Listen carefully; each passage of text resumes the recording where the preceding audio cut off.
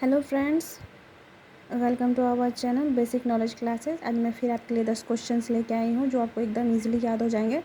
तो चलिए पहले नंबर से शुरू करते हैं।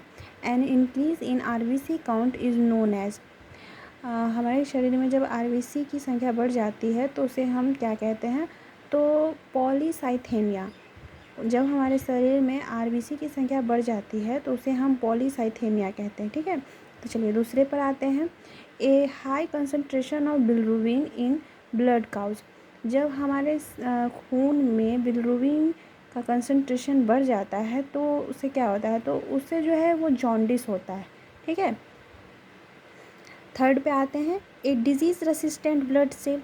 A disease resistant blood cell के नाम से कौन सा ब्लड जाना जाता है? तो WBC जो है वाइट ब्लड सेल, जिसको हम ल्यूकोसाइट भी कहते हैं। ठीक है, तो वो जो है वो डिजीज़ रेसिस्टेंट ब्लड सेल के नाम से जाना जाता है। चलिए फोर्थ पे आते हैं। Which WBC is known as shoulder of the body. मतलब कौन सा WBC का पार्ट है, वाइट ब्लड सेल का पार्ट है जो शोल्डर ऑफ द बॉडी के नाम से जाना जाता है? तो न्यूट्रोफिल जो है वो शोल्डर ऑफ द बॉडी के नाम से जाना जाता है। ठीक है, अब आते हैं लार्जेस्ट WBC। ठीक है, अब लार्जेस्ट WBC, सबसे बड़ा WBC कौन सा है? तो मोनोसाइट जो है वो सबसे बड़ा WBC है। ठीक है, चलिए स्मॉलेस्ट WBC, छोटा, सबसे छोटा WBC कौन सा है? तो लिम्फोसाइट जो है वो सबसे छोटा WBC है। ठीक है, एंटीबॉडीज़ प्रोड्यूस्ड WBC। अब WBC में एंटीबॉडीज़ कौन प्रोड्यूस करता है? तो लिम्फोसाइट जो है वो एंटीबॉडीज़ रिलीज़ करता है। ठीक है, प्रोड्यूस करता है। ठीक है, चलिए 8 पे आते हैं। Plasma protein globulin function as.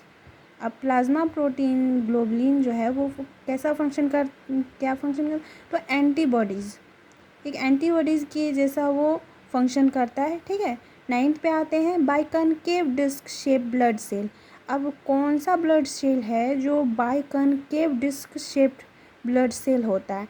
तो RBC, रेड ब्लड सेल, जिसको हम एरिथ्रोसाइट भी कहते हैं, वो जो है आपको बाइकनकेव डिस्क शेप जैसा होता है। ठीक है, अब आइए नॉन न्यूक्लिएटेड ब्लड सेल। अब नॉन न्यूक्लिएटेड ब्लड सेल कौन है? तो इसमें भी जो है हमारा RBC होगा, रेड ब्लड सेल होगा, जिसको हम दूसरा नाम से इरिथ्रोसाइट कहते हैं। ठीक है,